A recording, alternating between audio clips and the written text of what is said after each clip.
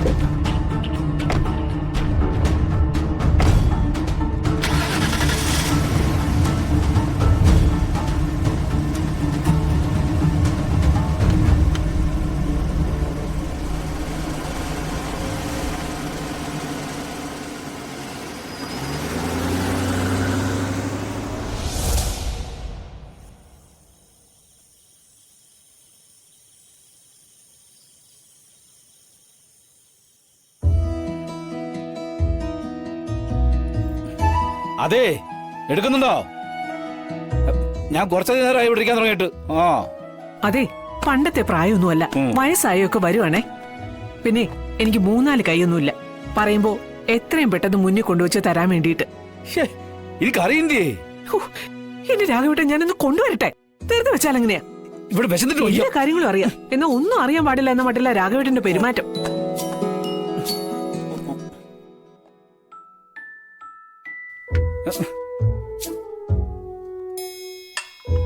അതെ, ഇനി എന്നെ ഭക്ഷണം കഴിക്കാൻ വിളിക്കുമ്പോഴേ എല്ലാവർക്കും നിർദ്ദേശിച്ചു വിളിച്ചാൽ മതി. ഓരോന്നിട്ട് എടുത്തോണ്ടിരാൻ ഓരോ മണിക്കൂറാ. ഓ, അങ്ങനെ നേരത്തെ വെച്ചിട്ട് വേണം. ചൂട് പോയിന്നും പറഞ്ഞോണ്ട് ഇവിടെ കിടന്ന് ഒച്ച വെക്കാന്. ഓ, വെള്ളം കൊച്ചു വെച്ചോളാം. ഇങ്ങോട്ട് ഒഴി.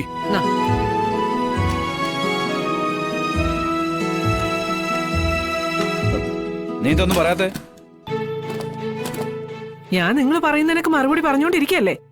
ഇനി പ്രത്യേകിച്ച് എന്താ പറയേണ്ടത്? അതല്ല, നമുക്ക് നമ്മളെ വീട്ടിൽ പോകുന്ന കാര്യത്തെ കുറിച്ചേ ഇതുവരെ നീ ഒരു അഭിപ്രായം പറഞ്ഞില്ലല്ലോ. ഉം. പോണോന്നോ പോണ്ടെന്നോ ഒന്നും പറഞ്ഞില്ലല്ലോ.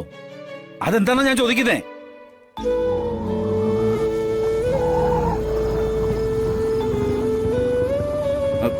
ആ വിഷ്ണു വന്നു തോന്നുന്നു. എന്നാ പിന്നെ നീ അവനോട് എടുത്തു നോക്ക്.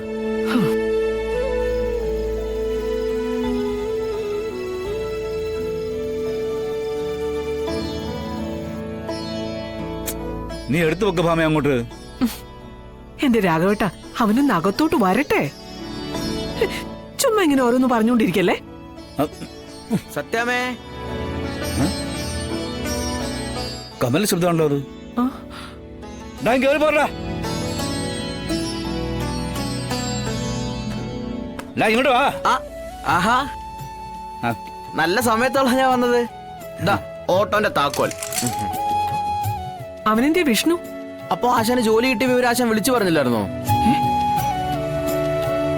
അല്ല, സാബൂർക്കി സാർ വിളിച്ചു പറഞ്ഞ് ഇന്റർവ്യൂ എന്നാന്ന് പറഞ്ഞായിരുന്നു. പക്ഷെ ജോലി കിട്ടിയായെന്ന് അവൻ പറഞ്ഞില്ല. എടാ, ജോലി എവിടെയാ കിട്ടിയത്? അത് പിന്നെ ഡ്രൈവർ പണിയാണെങ്കിലും കിട്ടിയിരിക്കുന്ന നല്ല അടിപൊളി സ്ഥലത്താ. എവിടെയാ? എടാ, നീ ഇതര എവിടെ കിട്ടിയെന്ന് പറഞ്ഞില്ലല്ലോ. അതല്ലേ രസം. ഈ ഭാര്യയ്ക്കും ഭർത്തവൻ ഒരു സ്ഥലത്തല്ലേ ജോലി.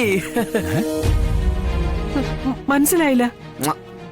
കളക്ടർ ശാലിനി വിഷ്ണുവിന്റെ ഡ്രൈവറായിട്ടല്ലേ നമ്മുടെ ആശാൻ ജോലിക്ക് കയറിയിരിക്കുന്നേ. പോകുന്നതും വരുന്നതും ഒക്കെ ഇനി ഒരുമിച്ചാവാലോ. അതെന്തായാലും നന്നായി. ആഹാ. ഒരാൾക്കൊരാള് സഹായത്തിന് എപ്പോഴും ഉണ്ടാവുമല്ലോ. എന്തുണ്ടാവുന്ന? അവൾക്ക് ചായ മേടിച്ചു കൊടുക്കാനും അവളുടെ ഫയൽ എടുത്ത് പൊക്കിക്കൊണ്ട് നടക്കാനൊന്നും എന്റെ മകനെ കിട്ടില്ല. ഭാമ ഏതാണ്ട് ജോലിയാ. ഞാനതിന് സമ്മതിക്കുന്നില്ല രാഘവേട്ട. എന്റെ മകനെ കൊണ്ട് അടിമപ്പണി ചെയ്യിക്കാൻ ഞാൻ സമ്മതിക്കത്തില്ല. സത്യമേ, അത് എടാ, പിന്നെ നീ മിണ്ടരുത്. നീയൊക്കെ കൂടിയാ എന്റെ മോനെ കൊണ്ട് ഇത്രയും വലിയ കുഴി കൊണ്ട് ചാടിച്ചത്. ഭാമേ, നീ കാര്യം അറിയാതെ ഈ സംസാരിക്കുന്നേ. ഒരു കാര്യം എനിക്ക് അറിയണ്ട. എന്റെ മകനെ അവളുടെ വേലക്കാരനാക്കാൻ ഞാൻ സമ്മതിക്കത്തില്ലെന്ന്.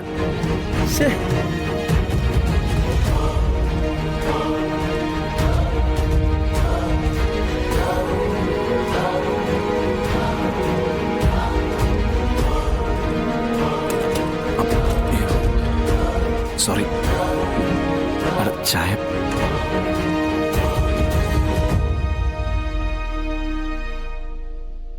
നിക്ക്, ആ ഫയൽ എവിടെ? അത് ഞാൻ കൊണ്ടുവരാം മാഡം. എനിക്കൊന്നും അറിയണ്ട. 5 മിനിറ്റിനകം ഫയലുകളെല്ലാം ഇവിടെ കിട്ടിയിരിക്കണം. മനസ്സിലായോ?